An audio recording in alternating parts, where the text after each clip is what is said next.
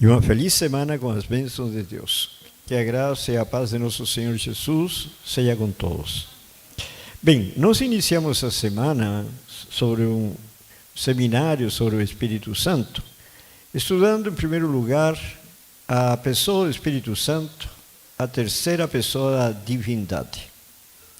E vimos que o Espírito Santo esteve presente desde a criação até a conclusão da obra da salvação.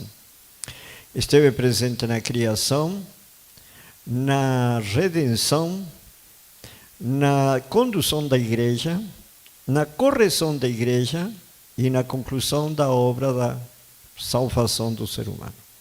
Sempre o Espírito Santo tem estado presente. Bom, isso foi sábado de manhã. Sábado à tarde, nós estudamos as condições para receber o poder de Deus, conhecido como a chuva seródia. Esse termo de chuva seródia vem de uma realidade da Palestina. Durante o plantio das sementes e o crescimento das sementes, está presente a chamada chuva temporal. E aí se desenvolve a planta, se desenvolve o grão, só que ele não está pronto ainda para a colheita. Então vem uma grande chuva, conhecida como chuva seródia, que enche o grão e o deixa pronto para a colheita. E essa simbologia foi utilizada pelo Senhor para mostrar a obra do Espírito Santo no ser humano. Ele tem que crescer espiritualmente, mas chega uma hora que tem que amadurecer o caráter, que é representado pela chuva seródia. Agora, para que haja esse crescimento, são necessárias condições, porque o ser humano, Deus quer conceder, mas o ser humano tem que querer receber o Espírito Santo. Então o Senhor lhe diz, olha, as condições são tais. Nós estudamos 8, sábado à tarde. Primeiro, reforma de saúde. Por que uma condição? Porque toda a obra do Espírito Santo é por meio da palavra. O que nós nunca podemos deixar de lembrar, que nós somos enfermos mentais. Parecemos pessoas normais, mas não somos normais, sabe? A gente pode colocar gravata e etc., mas dentro podemos estar cheios de inveja, ciúme, cobiça, orgulho, egoísmo, ira. E tudo isso vai comprometendo a saúde física, mental, espiritual, os próprios relacionamentos, sabe, afetivos, são comprometidos. E com esses maus traços de caráter, não podemos entrar no céu. Então, Deus vem a curar-nos justamente a mente. Como realiza essa cura? Por meio da palavra. Mas para que a palavra seja implantada na mente, entra em funcionamento 4 faculdades. E a primeira delas é a percepção. Para poder discernir, raciocinar e tudo mais, preciso ter uma percepção clara, para poder discernir as impressões do Espírito Santo, quando estudo a palavra de Deus. Só que a percepção é comprometida pelo estilo de vida. Depende do que como, do que bebo. Então, por isso, a primeira condição para recebermos a chuva seródia, que é o poder de Deus, o poder do Espírito Santo, é fundamental e essencial no desenvolvimento cristão. O segundo ponto foi batismo diário do Espírito Santo, que é a chuva temporal, e recebendo a palavra. Terceiro, obediência a toda a palavra de Deus. Quarto, esvaziar-se do próprio eu. A natureza carnal tem que morrer. Só que para morrer, eu preciso tomar decisões. Fazer morrer essa natureza. O apóstolo Paulo diz, esmurro meu corpo. O que significa esmurro no meu corpo? Quer dizer, maltratar o corpo, mas não fisicamente, no sentido de subjugar o corpo a seguir as orientações da palavra, mesmo sendo contrárias à vontade de Paulo. Esmurro meu corpo e o reduzo à escravidão. Quer dizer, fazê-lo escravo da mente, não a mente escravo do corpo. Mais um ponto, unidade do corpo de Cristo. Lembrem-se que quando entrou o pecado, dois elementos estavam presentes. Primeiro, desobediência. Segundo, desunião. Satanás separou 1/3 dos anjos do céu. Para entrarmos no céu, é pela obediência e pela união. Então, temos esse ponto, unidade do corpo de Cristo. O quinto é serviço cristão. O ser humano, por natureza, é egoísta e condescendente consigo mesmo. Parte do processo de cura, a pessoa tem que se desprender do eu e trabalhar pelo próximo. Se eu sei que eu, na minha condição, separado de Cristo, estou perdido, quando chego ao conhecimento da verdade e aceito a palavra de Deus e aceito a Cristo como meu Salvador pessoal, porque Ele vai realizar uma cura em mim, então eu começo a ter os benefícios e a experiência dessa cura. A primeira coisa que deveria surgir no coração é levar essa cura para outras pessoas. Se isso não acontece, é porque o Espírito Santo ainda não está, está presente na vida do ser humano. Por isso que para receber o Espírito Santo, eu tenho que me dispor a entrar no serviço de Deus. E completa consagração a Deus. Esse é o sétimo. O último é oração para receber a chuva sacerdote. Bom, isso que nós estudamos sábado à tarde. Ontem nós estudamos função e obra do Espírito Santo. Bom, na função e obra do Espírito Santo, vimos como ele nos vai educando ao longo da vida. E nesse processo de educação, ele se vai utilizando a palavra de Deus, convencendo-nos do pecado, da justiça, do juízo, conduzindo-nos ao arrependimento, aceitação da palavra. E quando aceitamos a palavra, recebemos um poder sobrenatural para poder caminhar de acordo com a palavra. Porque nossa natureza é contrária à palavra de Deus. A palavra de Deus é santa, eu não sou santo. A palavra de Deus é boa, eu não sou bom. Como eu posso andar de acordo com a palavra se é contrária à minha natureza? Então, aí o Senhor nos vai educando e nos vai concedendo uma força sobrenatural para poder avançar. Bom, o tema de hoje é nascido do Espírito Santo. Para que tudo isso aconteça, eu preciso nascer de novo. Não há outra alternativa. E sabe o que significa nascer de novo? E amanhã vamos estudar sobre a chuva temporal, que é comunhão com Deus. Sabe o que significa nascer de novo? É algo assim impressionante. Eu vejo como Deus, com as coisas simples da vida, nos vai direcionando de maneira a compreender as coisas complicadas desse mundo, que é principalmente a transformação do caráter. Se você pensa no nascimento de uma criança, não sabe falar, não sabe andar, não sabe comer, não sabe nada. E quando o Senhor Jesus Cristo falou para o sábio Nicodemo, importa-vos nascer de novo, ele está dizendo, você tem que desaprender tudo e aprender tudo de novo. E essa é a parte mais importante, porque é nessa mudança, porque ele não é um homem velho, erudito, sábio, mas o Senhor Jesus diz, você precisa nascer de novo. O que fez com Moisés 40 anos no deserto para desaprender e aprender? E assim o Senhor nos vai conduzindo em direção ao céu. Vamos começar nosso estudo, nascido do Espírito Santo, com Mateus capítulo 3. Aqui nos relata a experiência do Senhor Jesus. O início do ministério do Senhor Jesus Cristo começa com o batismo. No capítulo 3, verso 13, e depois versículos 16 e 17. Verso 13. Por esse tempo, dirigiu-se Jesus a Galileia para o Jordão, a fim de que João o batizasse. Versos 16 e 17. Batizado Jesus, saiu logo da água, e eis que se lhe abriram os céus, e viu o Espírito de Deus descendo como pomba, vindo sobre ele. E eis uma voz dos céus que dizia: Este é meu Filho amado, em quem me comprazo.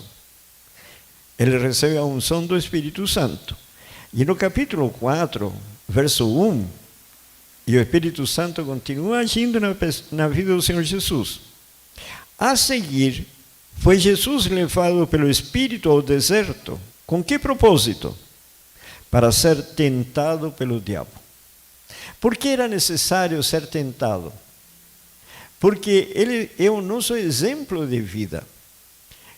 Cristo foi tentado e muitas vezes tentado, mas nunca Satanás teve vitória sobre ele. E o que o Senhor nos está ensinando com isso? Que da mesma maneira nós vamos ser tentados, em um grau muito menor que ele, mas não precisamos ser vencidos, porque o Senhor nos orienta como e de onde obter o poder para vencer. Então, depois das tentações, qual foi o percurso do Senhor? Porque aí nos está ensinando como devemos proceder. Versículo 16. Sim, 16 e 17. O povo que jazia em trevas viu grande luz, e os que viviam na região em sombra da morte, resplandeceu-lhes a luz. Quando nós lemos esse texto, nós imaginamos que não corresponde à nossa realidade. Porque, pensem bem, o povo que jazia em trevas viu grande luz, e os que viviam na região em sombra da morte, resplandeceu-lhes a luz. Qual a realidade desse mundo? É diferente disso? Não, essa é a realidade do mundo. Por isso que aqui no verso 17, o que o Senhor fez? Daí por diante, passou Jesus a pregar e a dizer para esse povo que vivia ou jazia em trevas, lhes diz: arrependei-vos, porque está próximo o reino dos céus. E essa tem que ser nossa mensagem, irmão. Arrependam-se do pecado, porque o salário do pecado é a morte. E isso não há como evitar, a não ser que a pessoa entregue sua vida a Cristo. Bom, nessa mensagem que o Senhor pregou, chegou um momento que foi despertando não somente a curiosidade, mas começou a preocupar muita gente. Entre eles, um homem respeitado do Sinédrio, Nicodemos. E em João capítulo 3, nos relata uma entrevista que Nicodemos teve com o Senhor Jesus, e ele foi a ter com o Senhor Jesus à noite, porque era um dos príncipes do Sinédrio. E o Senhor Jesus era considerado como um pregador que não tinha estudo, não tinha nenhum antecedente que desse confiabilidade aos rabis e judeus. Então, ele foi escondidinho à noite para conversar com o Senhor Jesus. E nos versículos 1 a 3 do Evangelho de João, capítulo 3, diz: havia entre os fariseus um homem chamado Nicodemos, um dos principais dos judeus. Este, de noite, foi ter com Jesus e lhe disse: Rabi, sabemos que és mestre vindo da parte de Deus, porque ninguém pode fazer estes sinais que tu fazes, se Deus não estiver com ele. Interessante, o Senhor Jesus nunca entrava no diálogo de acordo com a pessoa vinha, porque a pessoa não enxergava a sua necessidade. Mas o Senhor Jesus sabia o que ele precisava. E o que lhe disse o Senhor Jesus? A isto respondeu Jesus: em verdade te digo, que se alguém não nascer de novo, não pode ver o reino de Deus. Pensem para uma pessoa que estudava as Escrituras, a história do povo de Israel, era um sábio, um respeitado príncipe dos principais dos judeus, falar para ele: tudo que você sabe não serve. Você precisa aprender tudo de novo. Essa foi a realidade que o Senhor Jesus colocou a Nicodemos. No versículo 5 a 8, ele não entendeu, e ele perguntou: como pode um homem, sendo velho, nascer de novo? Observe o que ele diz no versículo 5. Respondeu-lhe Jesus: em verdade te digo, quem não nascer da água e do Espírito não pode entrar no reino de Deus. O que é nascido da carne é carne, quer dizer, quem nasceu carnal será carnal, dominado pelas paixões. E em seguida ele diz: e o que é nascido do Espírito é Espírito, quer dizer, é espiritual. Não te admires de eu te dizer: importa-vos nascer de novo. O vento sopra onde quer, ouves a sua voz, mas não sabes de onde vem nem para onde vai. Assim é todo que é nascido do Espírito. As mudanças, a transformação da mente acontece, mas você não tem como explicar como isso ocorre na mente. Uma coisa você sabe, que você era e não é mais.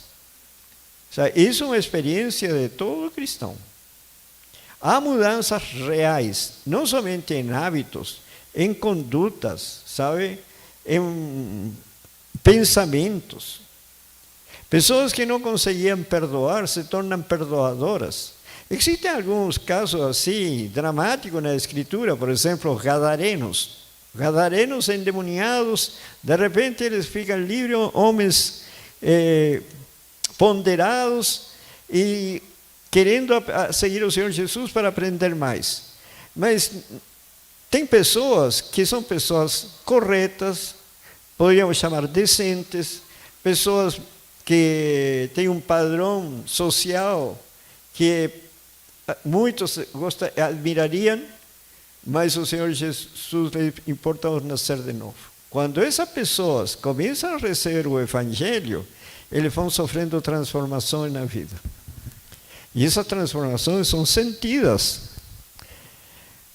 Agora, 1 Pedro nos fala de como isso acontece, nascer de novo. Na primeira epístola de Pedro, no capítulo 1, versículo 2, diz assim: eleitos segundo a presciência de Deus Pai, em santificação do Espírito, para a obediência e a aspersão do sangue de Jesus Cristo.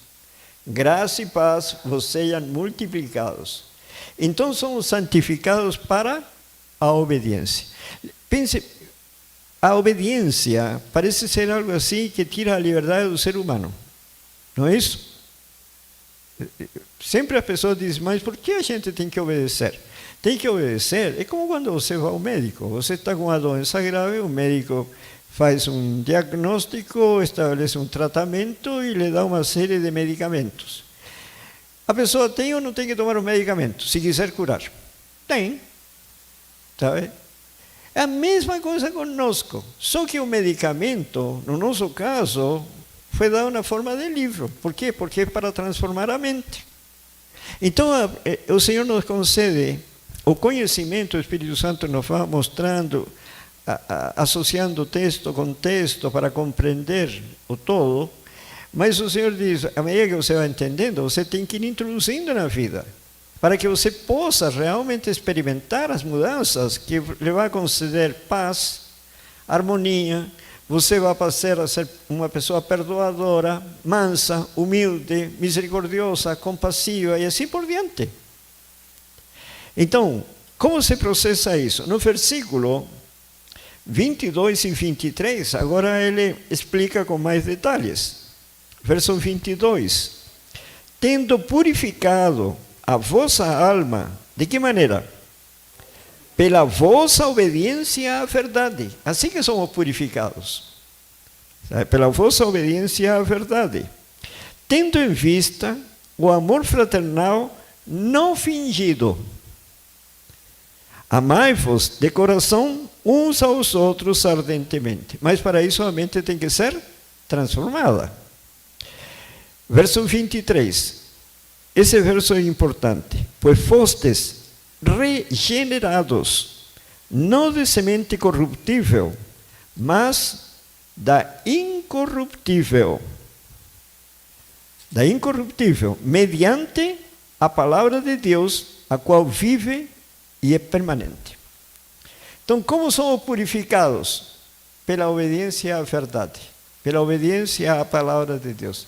Irmãos, isso é fundamental, essencial, é o todo, sabe? A nossa religião tem que ser uma religião racional. Não pode ser movida por sentimentos. Nós temos que entender o plano da redenção. O plano da redenção é um plano de cura.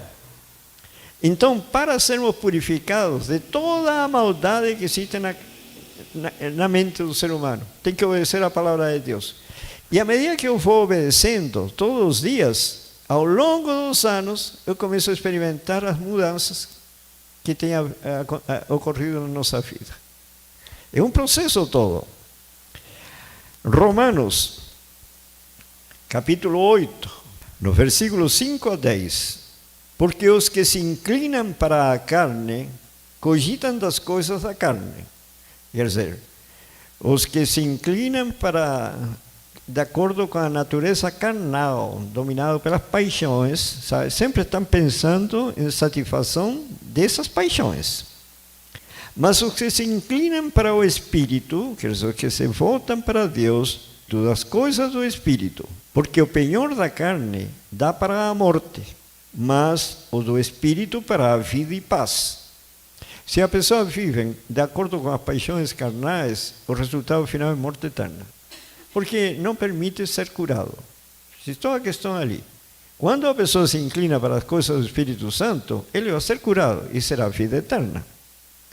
E em seguida, no verso 6 diz, porque o pendor da carne, que é a inclinação, dá para a morte, mas a do Espírito para a vida e paz. Verso 7. Por isso, o penhor da carne é inimizade contra Deus, pois não está sujeito à lei de Deus, nem mesmo pode estar. Uma pessoa dominada pelas paixões não tem como obedecer a palavra de Deus. Não tem como. E no verso 8, observem com cuidado, porque os que estão na carne não podem agradar a Deus. E no verso 9 diz, vós, porém, não estáis na carne, mas no Espírito, se, de fato, o Espírito de Deus habita em vós. E se alguém não tem o Espírito de Cristo, esse tal não é dele. E ter o Espírito de Cristo, irmãos, significa ser manso, ser humilde, misericordioso, compassivo, e todas essas virtudes do Senhor Jesus Cristo têm que estar em nós. Como podemos tê-la? Versículo 9. Versículo 10. Perdão. Versículo 10. Se, porém, Cristo tem em vós, o corpo, na verdade, está morto, por causa do pecado, mas o Espírito é vida por causa da justiça. Quando Cristo está, a mente agora passa a dominar as paixões carnais. E aí a pessoa não tem mais essa escravidão, porque, sabe, existem várias formas de se manifestar. Aquela pessoa que come por compulsão, por exemplo, ele não é guiado pelas necessidades biológicas de ingerir alimentos. Vai comendo, porque ele não pode parar de comer. Isso afeta ou não afeta a saúde física? E a saúde mental? Também. Então, esse é um caso. Tem outro caso que é dominado por outras paixões. Mas, afinal, o resultado é o mesmo. Então, tem alguns que são alimentados, dominados pelo apetite. Outros são dominados por compram por compulsão. Eu conheço uma família que houve até separação, que a mulher não podia deixar de comprar. Ele tinha até medo que ela saísse na rua. Ia comprando coisas. E imagina o colapso econômico aí. Tem outros que é a questão sexual, também por compulsão. Então, como dominar todas essas tendências? Tem que haver uma transformação da mente. No versículo 13 e 14 diz: porque se viverdes segundo a carne, caminhais para a morte. Mas se pelo Espírito mortificardes os feitos do corpo, certamente vivereis. Pois todos que são guiados pelo Espírito de Deus são filhos de Deus. Verso 16. O próprio Espírito testifica com o nosso Espírito que somos filhos de Deus, porque há harmonia. Sabe? Você tem harmonia agora com tudo que é o Espírito Santo, conforme Ele nos guia através da palavra. Versos 26 e 27. Também o Espírito, semelhantemente, nos assiste em nossa fraqueza, porque não sabemos orar como convém, mas o mesmo Espírito intercede por nós sobremaneira com gemidos inexprimíveis. E aquele que sonda os corações sabe qual é a mente do Espírito, porque, segundo a vontade de Deus, é que Ele intercede pelos santos. O Espírito Santo trabalha intensamente para guiar nossa mente no caminho de Deus. 2 Coríntios, capítulo 5, verso 17. E assim, se alguém está em Cristo, é nova criatura. As coisas antigas já passaram, e eis que se fizeram novas. Se nós estamos em Cristo, irmão, não podemos ser o que éramos no passado. Isso é contrário às leis da natureza. É como uma pessoa que entra no ensino médio, na faculdade. Se ele entrou, sabe, depois de determinados anos de estudo, ele mudou ou não mudou? Claro. Uma pessoa entra no primeiro ano de medicina, termina o curso de medicina, sai como médico, sabe? Não pode ser que ele saiu do curso de medicina e saiu exatamente como ele entrou.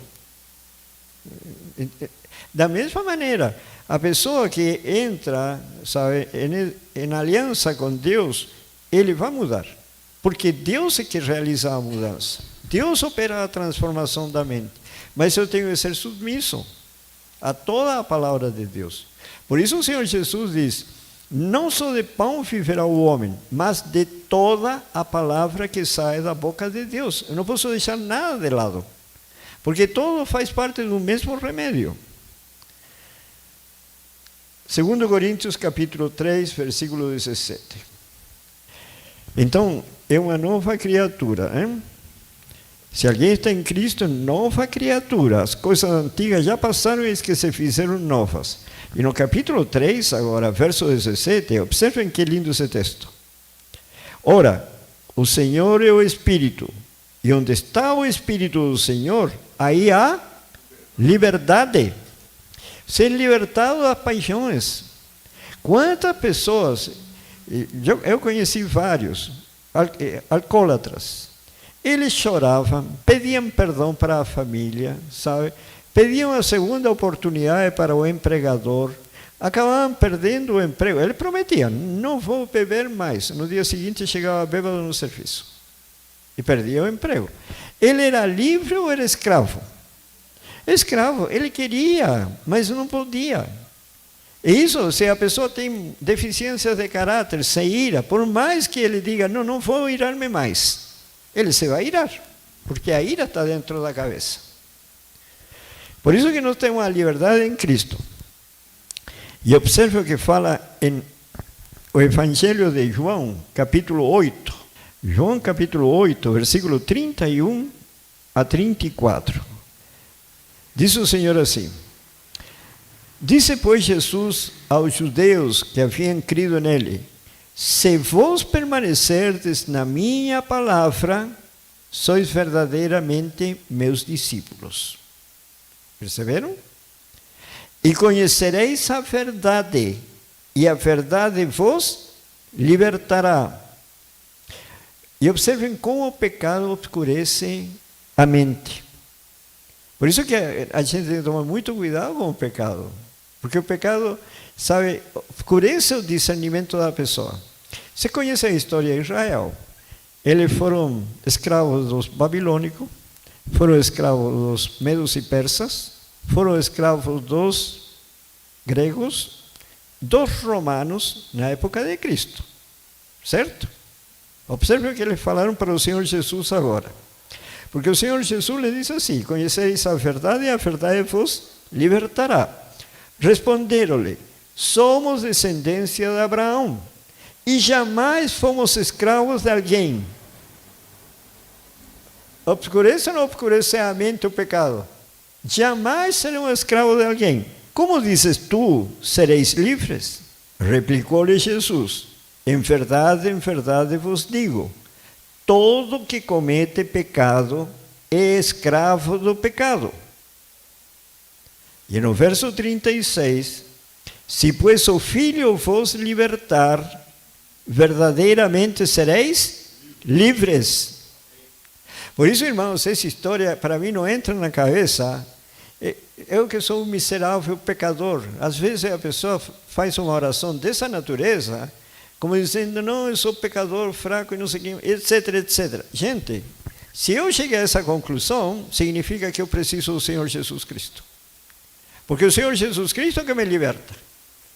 Então, eu posso ter a plena liberdade em Cristo, porque o poder sobrenatural do céu que me é concedido, se eu quero mudar de vida. Mas se eu tenho prazer em ser um beberrão, tenho prazer em cair por causa do álcool, e não quero ser curado, e o Senhor não pode fazer nada. Mas quando eu clamo ao Senhor, os gadarenos, eles chegaram ao Senhor, o Senhor libertou. E os gadarenos, quem daria algo por esses homens? Ninguém. Filipenses, capítulo 2. E aqui nós temos que ir aprendendo, principalmente, das palavras que o apóstolo Paulo escreveu aqui para os filipenses.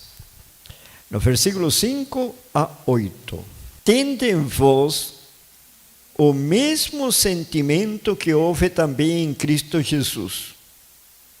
Pois ele, subsistindo em forma de Deus, não julgou como usurpação ser igual a Deus.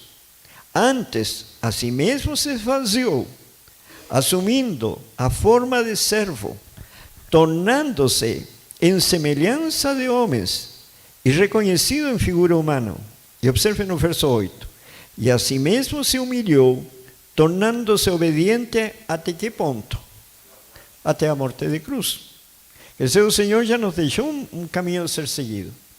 Ser obediente até a morte. Por que ser obediente até a morte? Porque na obediência a palavra de Deus é implantada na mente, que é a que vai transformar nossos pensamentos, nossos sentimentos, que são a fonte que gera palavras, gerações, gera comportamentos, atitudes e assim por diante. Então, quando a palavra de Deus é recebida dessa maneira, você passa a ser uma nova criatura, não mais dominado pelas paixões. Você tem uma natureza pecaminosa, mas essa natureza não o subjuga. Agora você deixa de ser um praticante do pecado. Você é um pecador, mas não praticante. Pelo poder de Deus. Entenderam? Porque a natureza carnal, essa natureza pecaminosa, nos acompanhará até a vinda do Senhor Jesus. Mas no poder de Cristo, isso para a honra e glória do Senhor, eu não preciso ser praticante dessa natureza. 1 João capítulo 5, versículos 3 a 5 e 6, última parte. Versículo 3. Porque este é o amor de Deus, que guardemos os seus mandamentos. Ora, os seus mandamentos não são penosos, porque todo que é nascido de Deus, observem, todo que é nascido de Deus, vence o mundo. E esta é a vitória que vence o mundo, a nossa fé. Quem é o que vence o mundo, senão aquele que crê ser Jesus, o Filho de Deus? E no capítulo 6, última parte, diz, e o Espírito é o que dá testemunho, porque o Espírito é a verdade. O Espírito Santo que dá testemunho. No versículo 18 a 20 agora, do mesmo capítulo 5, diz: sabemos que todo aquele que é nascido de Deus não vive em pecado. Antes, aquele que nasceu de Deus o guarda e o maligno não lhe toca. Sabemos que somos de Deus e que o mundo inteiro jaz no maligno. E verso 20, também sabemos que o Filho de Deus é vindo e nos tem dado entendimento para reconhecermos o verdadeiro. E estamos no verdadeiro, em seu Filho Jesus Cristo. Este é o verdadeiro Deus e a vida eterna. Irmãos, isso é muito importante compreender. Todo mundo está no maligno. Por que está todo mundo no maligno? Porque enquanto não aceitarem o Senhor Jesus Cristo como Salvador, eles vão ser dominados pelo orgulho, pela inveja, pelo ciúme, pela cobiça e assim por diante. Podem ser pessoas que não fazem mal a ninguém, mas são pessoas que não fazem bem a ninguém. E está escrito no livro de Tiago que se nós não fizermos o bem, cometemos pecado. Evangelho de João, capítulo 4, no versículo 24. Diz o Senhor assim: Deus é Espírito, e importa que os seus adoradores o adorem em espírito e em verdade. O que significa adorar a Deus em espírito? Com natureza espiritual dominante, não mais dominado pela natureza carnal. Então, para adorar a Deus em espírito e em verdade, eu tenho que andar com o Senhor Jesus, para que minha natureza carnal não me domine. E aí posso adorar a Deus em espírito e em verdade, de acordo com a palavra de Deus. Romanos, capítulo 14. E aqui nós podemos ver os resultados dessa obra tão impressionante. Verso 17. Porque o reino de Deus não é comida nem bebida, mas justiça e paz e alegria no Espírito Santo. Então, quando nós entramos nessa aliança com Deus e andar com Deus e receber sua palavra no poder do Espírito, eu tenho que ter uma experiência de ser uma pessoa mais justa, com mais paz e alegria no Espírito Santo. Se não tiver essa alegria, não tiver essa paz e não tiver essa justiça, que é uma transcrição do caráter de Cristo, significa... O que significa isso? Que não faço parte do reino de Deus. Então, nós temos que pensar muito nesses detalhes para obedecermos a toda a palavra de Deus. Hebreus, capítulo 3, versículo 1, depois versículos 7 e 8. Capítulo 3, verso 1. Por isso, santos irmãos, que participais da vocação celestial, considerei atentamente o apóstolo e sumo sacerdote da nossa confissão, Jesus Cristo. Jesus, versículos 4 a 6. Pois toda casa é estabelecida por alguém, mas aquele que estabeleceu todas as coisas é Deus. E Moisés era fiel em toda a casa de Deus, como servo, para testemunho das coisas que haviam de ser anunciadas. Cristo, porém, como filho em sua casa, a qual casa somos nós, se guardarmos firme até o fim a ousadia e a exultação da esperança. Até o versículo 6. Versículo 11 e 12. Assim jurei na minha ira, não entrarão no meu descanso. Tende cuidado, irmãos, jamais aconteça haver em qualquer de vós perverso coração de incredulidade que vos afaste do Deus vivo. Pelo contrário, exortai-vos mutuamente cada dia, durante o tempo que se chama hoje, a fim de que nenhum de vós seja endurecido pelo engano do pecado. Nós não podemos dar espaço para o pecado, sabe por quê? O pecado é enganador. Normalmente, quando você começa a olhar as outras pessoas, você percebe que você é bom demais. Então, você não tem pecado. Mas nossa referência tem que ser Cristo. Quando eu olho a Cristo, eu vejo que sou ruim demais. E aí eu me volto para o Senhor e digo, Senhor, tenha misericórdia de mim. Por quê? Porque eu me irrito com facilidade, não consigo, sabe, manter a paz, não consigo ser manso, não consigo ser humilde, fico com mágoas, fico ressentido, enfim. Então, aí eu tenho que ir ao Senhor para que o Senhor cure minha mente. E o Senhor vai curando. Mas eu tenho que sentir essa necessidade. Por isso que aqui no livro de Hebreus, ele nos adverte, tomem cuidado, sabe? Não se endureçam pelo engano do pecado. Tá? Verso 14, porque nos temos tornado participantes de Cristo, se de fato guardarmos firmes até o fim a confiança que desde o princípio tivemos. Enquanto se diz hoje, se ouvirdes a sua voz, não endureçais o vosso coração, como foi no tempo dos israelitas, na provocação. Agora, no capítulo 6 de João, o Evangelho de João, não podemos endurecer o coração, temos que ter um coração. Por isso o Senhor Jesus disse, se você for como uma criança, você vai entrar no reino de Deus. Mas quando começamos a questionar, a murmurar, aí nós podemos perder tranquilamente o caminho. No capítulo 6, versículo 63, diz, o Espírito que vivifica, a carne para nada aproveita. As palavras que eu vos tenho dito são Espírito e são vida. Então, o que é a palavra de Deus? Espírito, sabe? O Espírito é que forma a mente aqui em conformidade com a mente de Deus. É Espírito e também vida.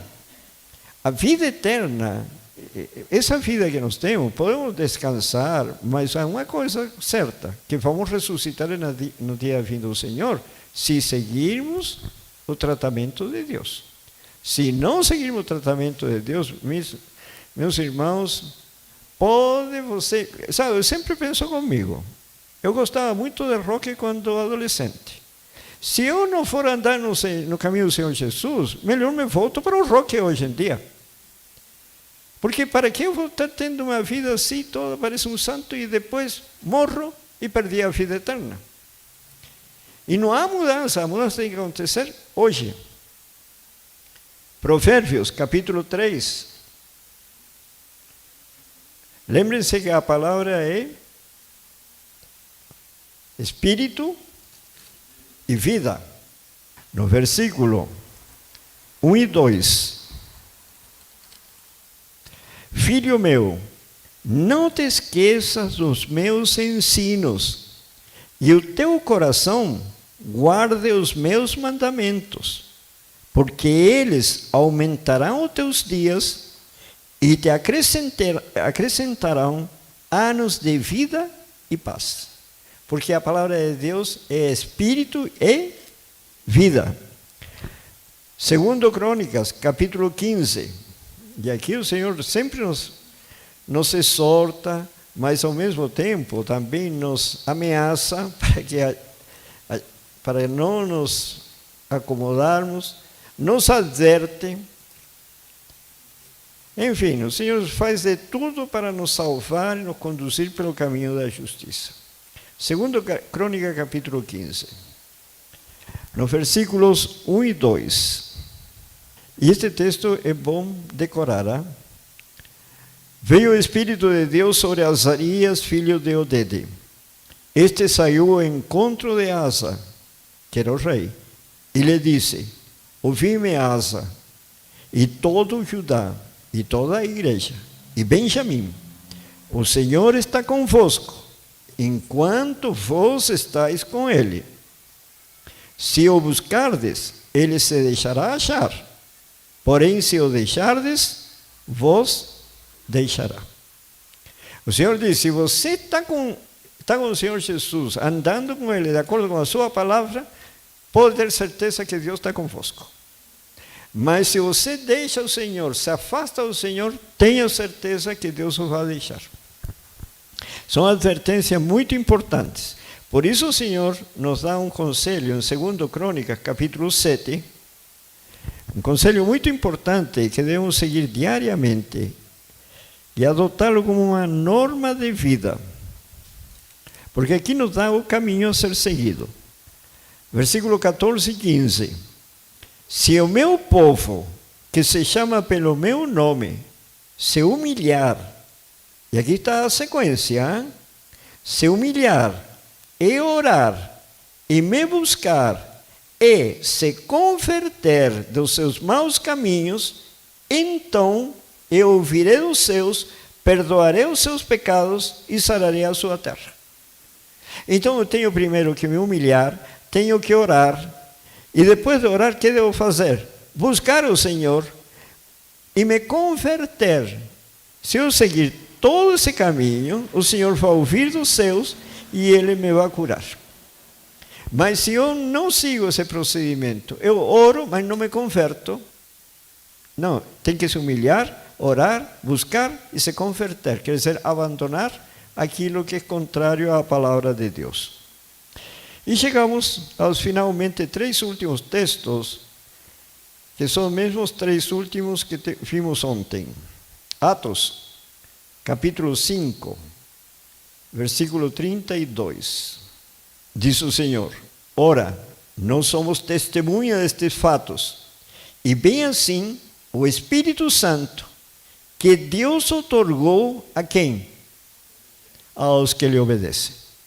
Se não obedeço ao Senhor, posso orar, fazer vigília para receber o Espírito Santo e não terá Espírito Santo. Tem que obedecer. Porque na obediência a mente é curada. Por isso que o Senhor enfatiza tanto a questão da obediência.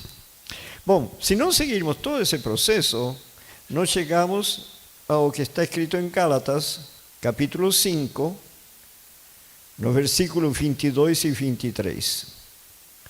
Gálatas capítulo 5, o resultado final da vida de um cristão, diz: mas o fruto do Espírito é amor, alegria, paz, longanimidade, benignidade, bondade, fidelidade, mansidão, domínio próprio. Contra estas coisas não há lei que condene o ser humano. E aí, no verso 24, diz: e os que são de Cristo Jesus, o que fizeram?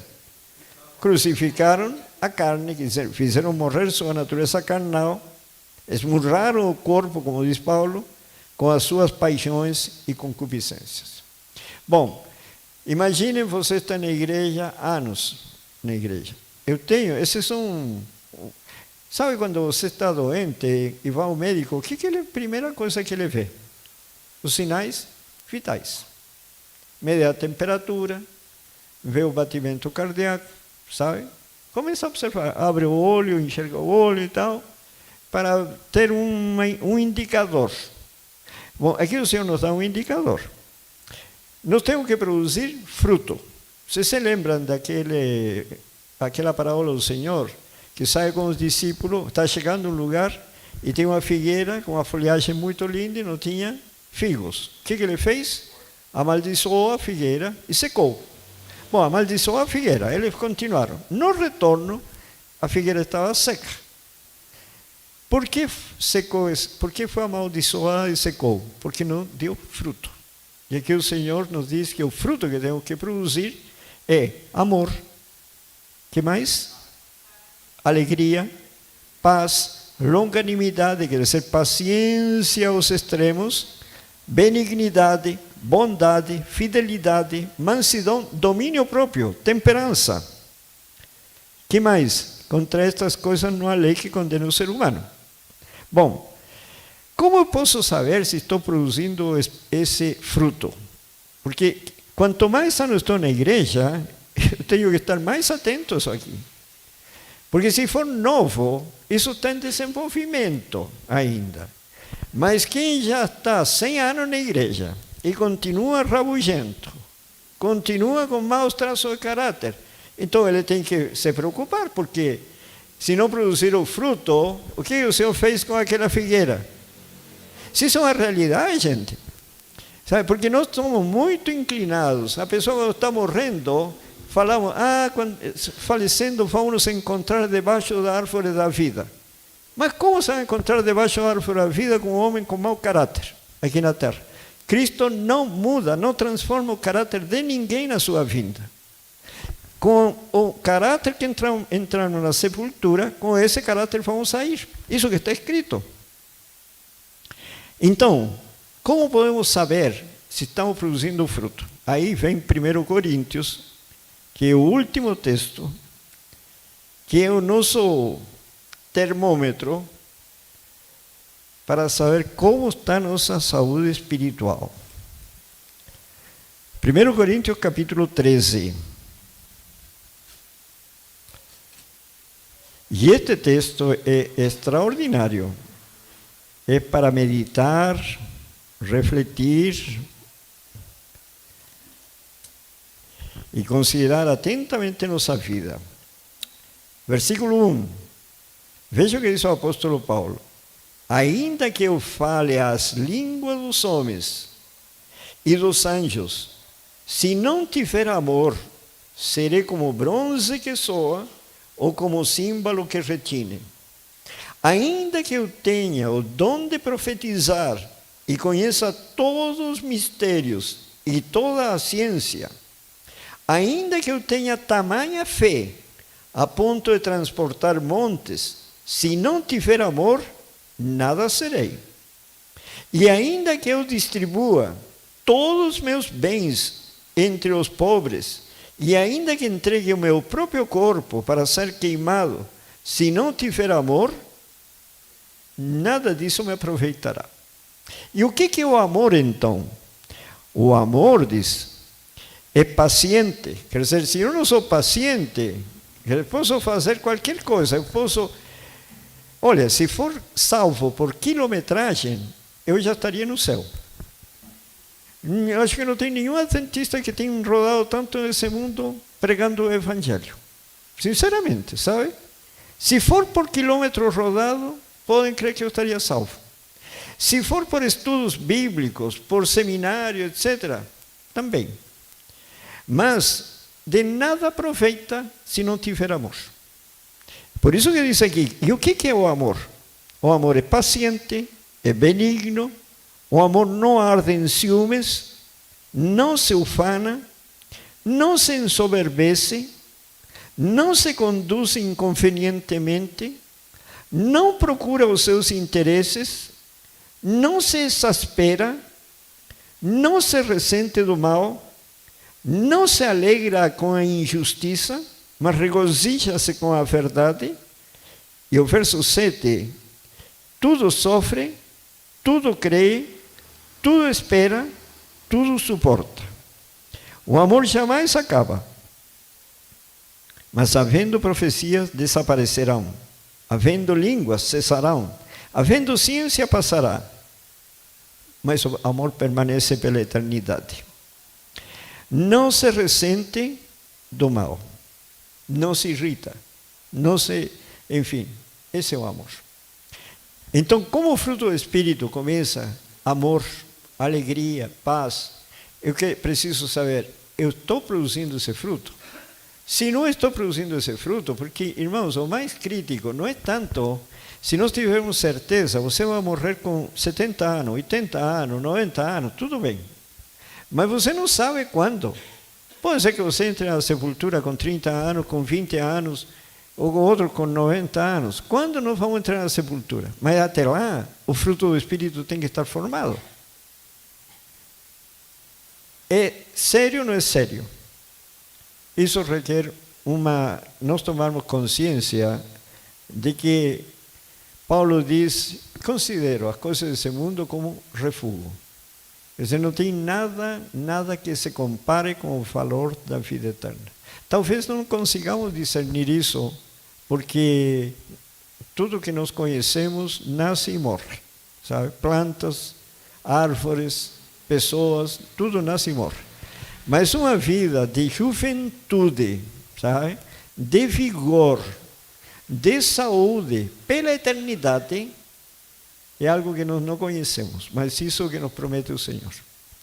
Então, vamos trocar um lugar que reina a paz, a justiça, a verdade, por as coisas desse mundo. Por isso que Paulo diz, eu considero tudo isso como esterco. Tem um texto da Bíblia. Tá? Outro diz como refúgio.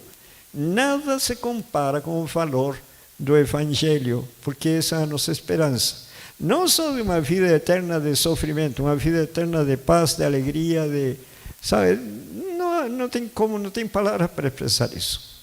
Mas o meu desejo, e eu acredito que todos vocês compartilham, é de que nós todos estejamos lá no céu. E vamos agradecer a Deus pela eternidade, pelo sacrifício de Cristo na cruz. Porque se não fosse esse sacrifício, não haveria forma de nos convencer de obedecer à palavra de Deus. Por isso que o profeta é que o amor de Deus nos constrange. E esse amor foi manifestado na cruz. Por amor a essa cruz, entregamos nossa vida em obediência completa, para que assim Deus seja honrado e glorificado aqui na terra. Amém? Irmãos, estamos vivendo dias solenes do planeta Terra. A vinda do Senhor Jesus é iminente, sabe? O Senhor foi bem claro. Ouvireis de guerras, rumores de guerras, pestilências, fomes, terremotos. Isso está acontecendo com uma intensidade cada vez maior e uma frequência maior. E o apóstolo Paulo diz, será como as dores de parto de uma mulher. Então, agora, não podemos perder tempo. Temos que procurar assim intensamente para que o Senhor opere esse milagre da transformação da nossa mente. Porque com a mente corrupta não podemos entrar no céu. Não existe possibilidade. A Bíblia não abre essa porta. Oremos aquele que já consagrou sua vida ao Senhor, que seja essa semana de reconsagração. E se tiver alguém que ainda não entregou sua vida ao Senhor Jesus, é o momento de fazê-lo. Que o Senhor abençoe a todos. Vamos orar. Querido Santo Pai que está nos céus, agradecemos em nome do Senhor Jesus, porque somos uma geração privilegiada. Muitos homens no passado, fiéis ao Senhor, como foi o apóstolo Paulo e outros tantos, desejavam viver em nossos dias. Mas o Senhor, na sua misericórdia, estendeu o tempo até os dias de hoje, para procurar salvar todo esse mundo. Rogamos ao Senhor que nos conceda sermos abertos a receber a plenitude do Espírito Santo, para poder concluir essa obra e, quem sabe, salvar muitas famílias ainda, antes que se manifestem os juízos do Senhor. Porque estamos vivendo realmente muito próximo do fim do mundo. Precisamos tomar consciência disso. E não ficar apreensivos, porque as promessas são muitíssimas, que o Senhor nos protegerá nesses dias e nos guardará com vida para o encontro com o Senhor Jesus. Querido Pai, abençoe esta igreja, cada pessoa que está presente, para que todos tomem uma decisão de entregar sua vida ao Senhor Jesus completamente, sem restrições, e assim todos possam ter a liberdade que o Senhor trouxe a este mundo. Agradecemos as bênçãos em nome do Senhor Jesus. Amém.